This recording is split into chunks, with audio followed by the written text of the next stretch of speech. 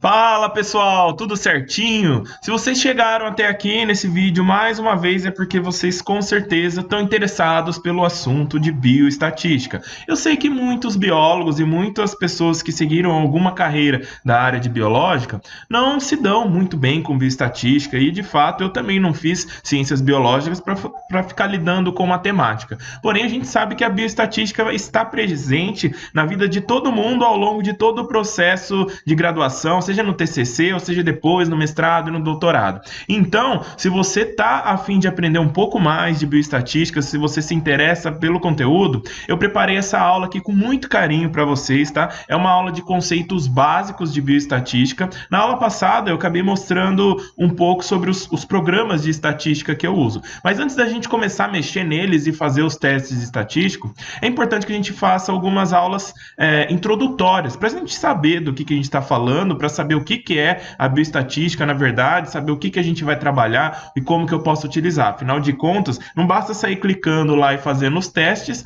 sem saber qual teste e por que você está fazendo aquele teste. Então, gente, eu só peço uma coisa para vocês. Esse conteúdo, ele é de graça, ele está vindo aqui, eu passo vários dias preparando conteúdo aí para vocês e não peço nada em troca, a não ser o reconhecimento que é vocês deixando um like aí para mim no vídeo, vocês se inscrevendo aí no meu canal, compartilhando o vídeo também. Façam isso por gentileza, vocês vão estar fortalecendo o meu canal, vocês vão estar dizendo assim para o YouTube, ó, esse canal tem conteúdo, mantenha esse canal. Então, para a gente continuar postando as coisas aí, é importante que vocês deixem um like, compartilhem e se inscrevam. Beleza, gente? Sem mais delongas, já adianto também, assistam o vídeo até o final, porque no final eu também tenho uma surpresa para vocês, eu tenho uma proposta muito legal para fazer para vocês e eu tenho certeza que vocês vão gostar. Então fiquem ligados aí até o final. Vamos lá então.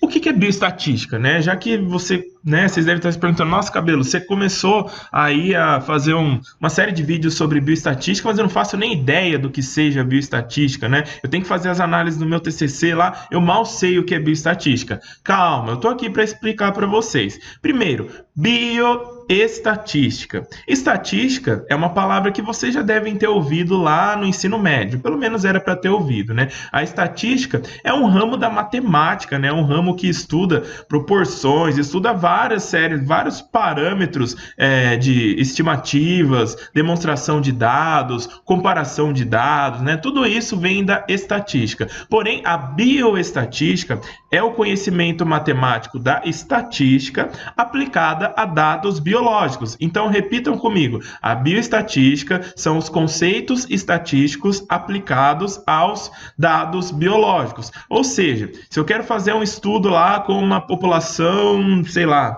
um animal que vocês gostam aí, zebra. Estou fazendo um estudo lá com a população de zebra, mas eu não sei se a minha população está diminuindo, se ela está aumentando. Então eu vou ter que aplicar conceitos estatísticos, né, e bioecológicos para poder fazer um estudo daquela população das minhas zebras. Será que está aumentando a taxa de natalidade ou taxa de mortalidade? Vamos comparar uma com a outra, né? E se a gente fala comparar, olha só, eu vou estar comparando uma coisa com a outra. Eu preciso de um teste estatístico para fazer essa comparação, para me dar um nível, para saber se essa diferença ela é significativa ou não. Então, a estatística, ela vem para ajudar a gente a falar as coisas na biologia, porque às vezes a gente interpreta o dado, mas a gente tem que provar, né? E muito importante a gente provar aquele dado com valores matemáticos. Então, a gente fala assim, ó, eu preciso provar isso estatisticamente, ou seja, eu preciso provar com dados matemáticos que aquilo que eu estou falando no meu artigo, que aquela pesquisa que eu fiz, ela está correta, ela é significativa.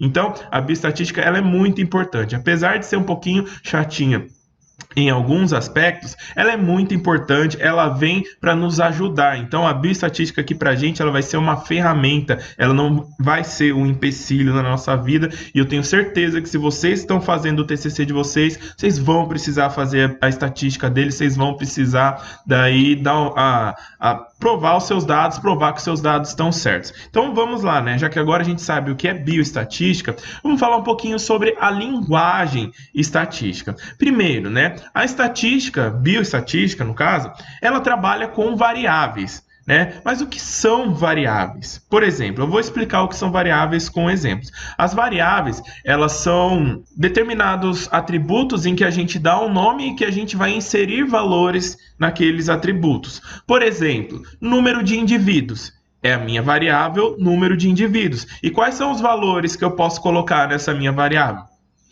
Quantos números de indivíduos eu tiver na minha amostra. Vamos supor que eu tenha lá 4 amostras. Então, eu tenho naquela minha amostra a variável número de indivíduos. Então, eu vou inserir 4 valores porque eu tenho 4 amostras. Então, eu tenho lá o valor 1, sei lá, 35 indivíduos. O valor 2, 27 indivíduos e assim por diante, eu tenho uma variável. Porém, as variáveis, elas podem ser de 2 tipos, né?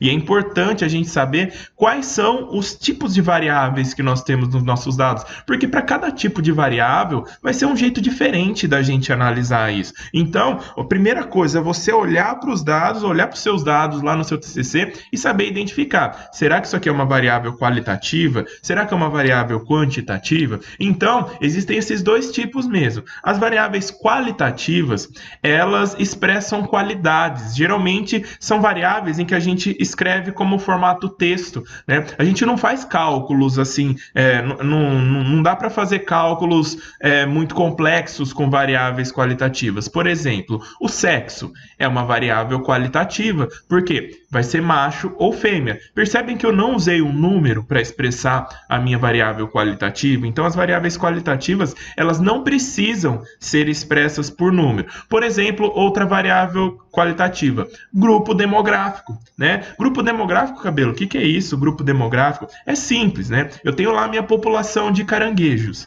Isso, a minha variável, então, é grupo demográfico. Daí, os valores da variável de grupo demográfico vai ser jovem, adulto, ovígero, ou sei lá, imaturo, qualquer que seja a minha variável demográfica ali, estágio gonadal, desenvolvido, subdesenvolvido. Percebem que eu não coloquei números como sendo os valores dessa minha variável, né? Locais, por exemplo, pode ser locais, vamos supor que eu fiz uma amostra aí em vários parques ecológicos, então cada valor de cada local, o valor de cada local vai ser um parque ecológico e não é um número, é uma coisa que não é encarada estatisticamente como numérico.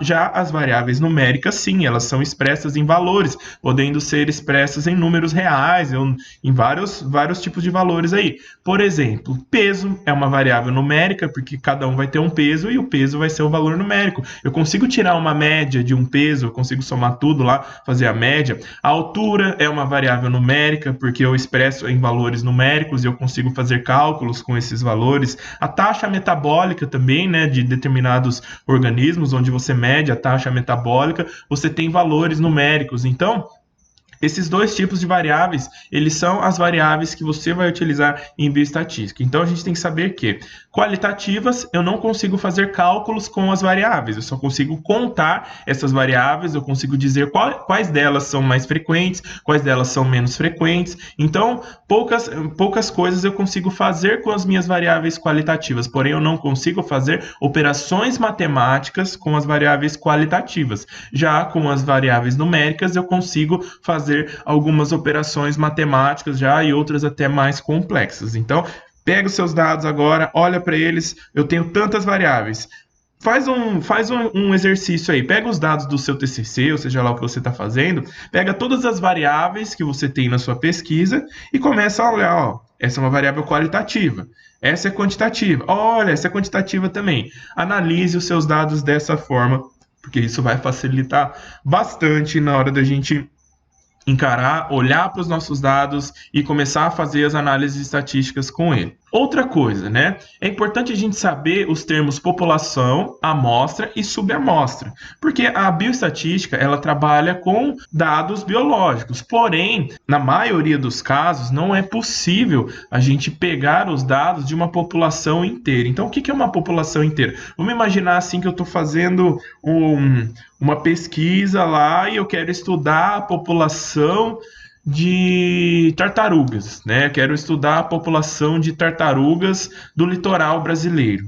Então, eu tenho o número de tartarugas da espécie que eu estiver estudando lá, vai ser o meu N, né? O meu N com N maiúsculo. Então, isso é a minha população, é expressa pela letra N, N maiúsculo, aí no caso, né, significa número de indivíduos. Porém, é muito difícil, se eu quero estudar a população de tartarugas, eu não posso ir lá e coletar todas as tartarugas do litoral brasileiro, porque isso seria praticamente impossível, né? Eu fazer uma coleta tão grande. Então, o que que eu faço? Eu posso trabalhar com amostras. Eu vou lá, faço uma coleta, né? Marco as tartaruguinhas, estudo, deixo ela marcada lá, depois solta de novo, porque, né, não vamos ficar matando tartaruga também, né? Então, não dá para eu olhar todas, mas eu tenho.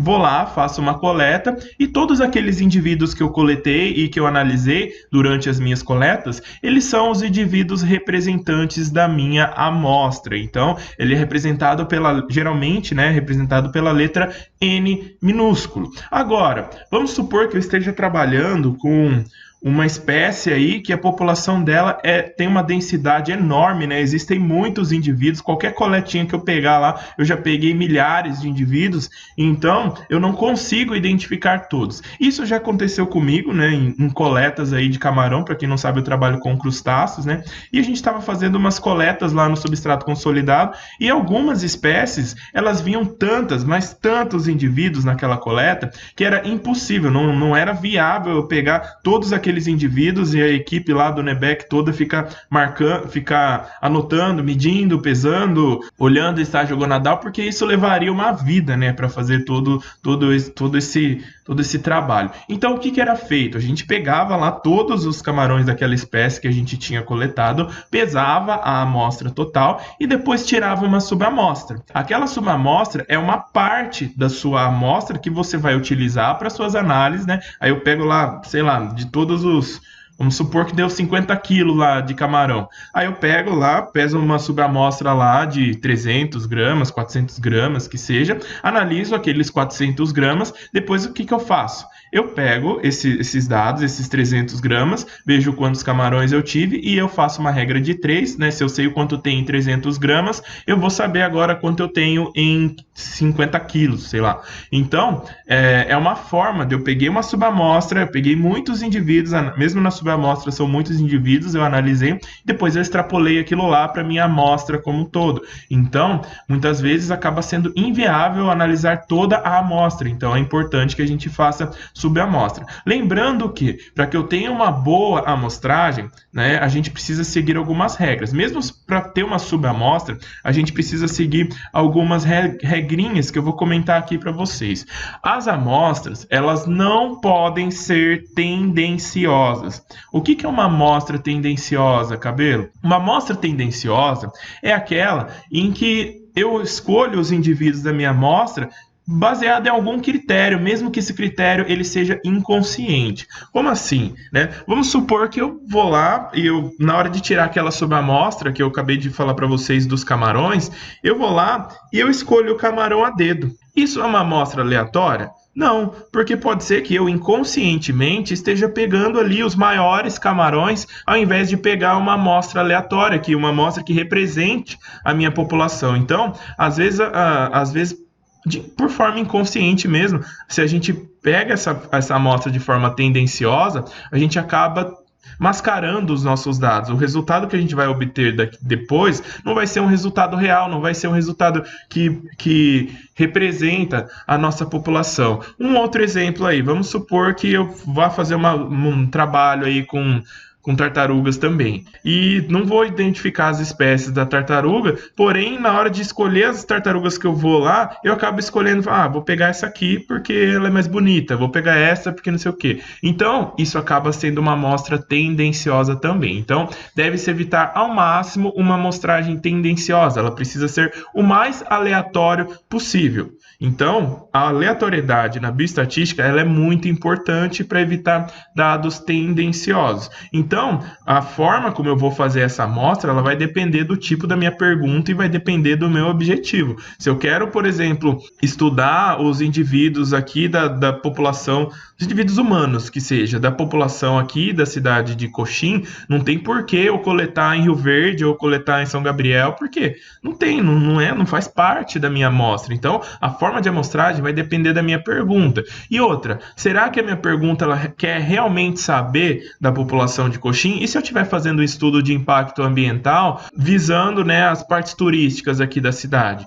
Então, eu não vou coletar dados de lixo, de resíduos sólidos que são descartados no centro da cidade. Então, eu vou coletar esses dados na beira do rio, nos balneários. Então, a forma de amostragem vai depender da pergunta, vai depender dos objetivos do seu trabalho. Então, é muito importante que a amostragem ela seja feita de forma correta, desde que esteja de acordo com os objetivos do seu trabalho. Ela deve ser uma representação da população. Ou seja, se na minha população aqui eu tenho jovens, adultos, idosos, machos e fêmeas, a minha amostra tem que ter tudo isso na mesma proporção que teria na minha população total. Então a minha amostragem ela precisa ser aleatória, porque a chance de eu pegar uma amostra que represente ali em termos proporcionais a minha população, aí sim eu vou estar fazendo uma amostragem correta, eu vou estar fazendo uma amostragem que realmente expressa como são os meus dados, como é a minha população. Então, o objetivo de uma amostra é representar a população, uma vez que coletar a população toda é inviável, custa caro e demanda tempo e demanda uma série de coisas que a gente que trabalha com pesquisa não tem. E muitas vezes não tem nem tempo e não tem nem como fazer isso, mesmo que tivesse tempo. Então, amostragens realizadas de forma correta são extremamente importantes.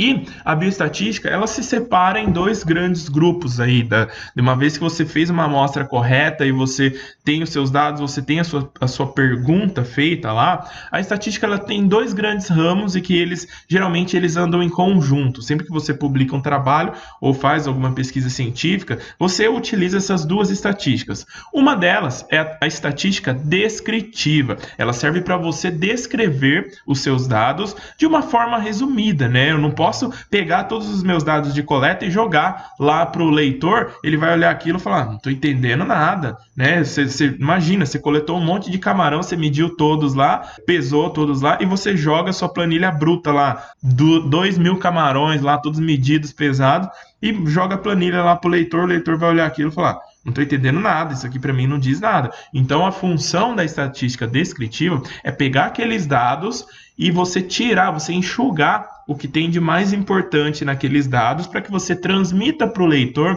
uma coisa que seja compreensível para o leitor tentar entender aquilo lá. Por exemplo, se eu jogar essa planilha bruta aí e eu falar que os camarões que eu coletei lá em Ubatuba são maiores do que os camarões que eu coletei lá em Santa Catarina. Se alguém olhar a sua planilha bruta, não vai entender nada disso. Mas se você fizer uma média do tamanho dos camarões de Ubatuba e fizer uma média dos camarões de Santa Catarina, a pessoa já vai olhar e falar assim, provavelmente os de Ubatuba são maiores do que os camarões de Santa Catarina. E de fato, né, a estatística descritiva, ela serve para pegar, você percebe que pegou todos aqueles dados de tamanho, transformou aquilo numa média e você entregou a média para o leitor. Então uma média, ela diz muito mais do que você olhar os dados brutos. Ela mostra coisas em que a gente, olhando os dados brutos, a gente não consegue enxergar. Porém, preste atenção no que eu disse agora, né? Quando eu peguei as duas médias e eu mostrei, eu disse o seguinte, talvez os camarões de Ubatuba eles sejam maiores do que os de Santa Catarina. Por que talvez? Porque uma média nem sempre ela pode ser utilizada para comparação. Por quê? A estatística descritiva ela não pode ser utilizada para fins comparativos. Ela é utilizada apenas para fins demonstrativos, para você expressar os seus dados. Então, eu usei o exemplo da média, mas, por exemplo, um gráfico de barras, aí, né, sabe aquele gráfico cheio de coluninhas lá? Um gráfico de barras é uma estatística descritiva também, né? Eu pego aqueles dados, transformo em colunas e a pessoa ela consegue visualizar os seus dados na forma de um gráfico, coisa que se ela olhasse lá só os números, ela não ia conseguir visualizar nada. Então, um gráfico, ele é também uma estatística descritiva. Então, média, mediana, gráficos, desvio padrão, são todos valores de estatística descritiva. São valores que demonstram os seus dados de uma forma mais resumida. Porém, existe também a estatística inferencial. Ela faz inferências sobre os dados estatísticos. É com a estatística inferencial que eu posso usar a minha estatística descritiva e fazer alguma inferência em relação a ela. Ela pode ser utilizada com certeza, e ela é utilizada para fins comparativos, porém ela é baseada numa significância estatística. Por que é importante a gente ressaltar que é uma significância estatística? Em algumas das aulas posteriores a gente vai se aprofundar um pouco mais sobre isso, mas é importante a gente saber que antes de eu falar que uma média é maior que a outra, eu preciso de uma significância estatística ali para dizer o seguinte, ó, com 95% de certeza, essa média ela não é maior que a outra média. Lembrando que eu vou explicar mais um pouquinho por que eu estou utilizando esses termos em aulas futuras. Porém, a gente precisa da estatística inferencial. Ou então, por exemplo, se eu estou querendo dizer que a minha população de gafanhotos aumenta quanto maior a população de ervas que esse gafanhoto come. Então, para eu falar que essa relação ela é verdadeira, eu preciso fazer uma regressão, eu preciso fazer uma análise de correlação, que é uma estatística inferencial, que vai me dizer assim, com 95% de certeza, você pode afirmar que a sua população de gafanhotos depende da quantidade de ervas disponíveis ali como alimento desse gafanhoto. Então, percebam que a estatística inferencial ela vem para a gente afirmar coisas ou rejeitar coisas. Então, normalmente, ela serve para rejeitar as coisas. Porém, como eu disse, eu vou explicar isso em aulas futuras, essa coisa de rejeitar, aceitar ou não alguma hipótese, né? Um exemplo aí é o teste T, que é o teste T que ele é utilizado aí para comparar médias, né? Eu tenho duas médias lá, eu consigo dizer qual média é maior, qual é menor, né? Aliás, eu consigo dizer se é uma média, ela é diferente da outra ou não. Ele não diz se é maior ou menor, ele diz é diferente ou não. A ANOVA também mesma coisa, só que aí a ANOVA ela serve para mais de duas médias, né? Para 3 ou mais médias a gente consegue utilizar o teste ANOVA. Kruskal-Wallis, Mann-Whitney, a regressão linear de Pearson, a regressão múltipla no caso, né? E o Q-quadrado, que é um teste que compara proporções, que a gente vai ver em aulas futuras também. Lembrando que tudo isso, gente, eu vou ensinar ao longo das aulas, vocês fazerem todos esses testes, vocês pegarem os seus dados e fazerem todos esses testes de uma forma prática. Eu não vou ficar dando teoria lá para vocês ficarem fazendo cálculos na mão. Não, eu vou mostrar, falar assim, ó, se você vai fazer esse teste, você vai entrar no programa tal, vai clicar assim, assim, assado, vai jogar seus dados assim e pá, dá ok lá, aparece o resultado estatístico e vou mostrar como interpretar isso daí também. Então a minha função aqui é facilitar a vida de vocês, não é transformar ninguém em matemático, não é transformar ninguém em um expert em bioestatística, não. Essa aula é para você, biólogo, é para você, profissional da área da saúde ou de qualquer outra área das ciências biológicas que precisa analisar os seus dados biológicos, sendo que você não é matemático, você não é formado em bioestatística. Então, a ideia aqui é facilitar, passar de uma forma bem simples. Então, agora é o momento em que vocês vão comentar, vocês vão utilizar os comentários aí e vão escrever as dúvidas de vocês. Fala assim, Cabelo, tô fazendo tal coisa no meu TCC, o que eu faço? Ou então, como eu disse, né, ao final da aula aqui, eu disse que teria uma surpresa para vocês, não disse? Então agora eu vou explicar qual que é essa surpresa. Primeiro, eu tenho um grupo no WhatsApp, tá? É um grupo no WhatsApp que ele serve para que você tire suas dúvidas do seu TCC. Eu não vou orientar ninguém no WhatsApp, tá, gente? Mas eu vou participar, eu tô lá no grupo, participando do grupo, onde vai ser um grupo onde vocês vão poder jogar suas dúvidas no seu TCC, vocês vão poder tirar dúvidas, vocês vão poder dar ideias ou pedir ideias também. Então é um grupo para todo mundo se ajudar, é um grupo que eu participo e que várias pessoas estão querendo entrar aí. Se você quer entrar nesse grupo, você vai entrar ali no no meu Instagram, que tá aí embaixo. Você vai me chamar lá no Instagram, no privado, lá, e falar assim: Cabelo, quero participar do grupo do WhatsApp sobre TCC, e eu vou explicar para vocês o que vocês têm que fazer para participar do meu grupo de TCC. Além disso, né, através do meu Instagram, vocês podem me contatar se quiser um serviço mais personalizado, né? Se vocês de repente quiserem assim, ó, Cabelo, preciso de ajuda com o meu TCC, é uma coisa muito mais específica, me dá uma mão aqui, né? Preciso da sua ajuda com o meu TCC. Me chama lá no privado do Instagram também, que eu vou estar disponível para ajudar vocês, o que vocês precisarem. Lá eu vou dar suporte para o TCC de vocês. Então, aguardo todo mundo lá. Deixem suas dúvidas aí, deixem seus comentários, né? Pode fazer sugestões aí também. Fala o que vocês estão querendo desse canal, se estão gostando, se não estão gostando. Beleza, gente? Um abraço para todo mundo e bom estudo!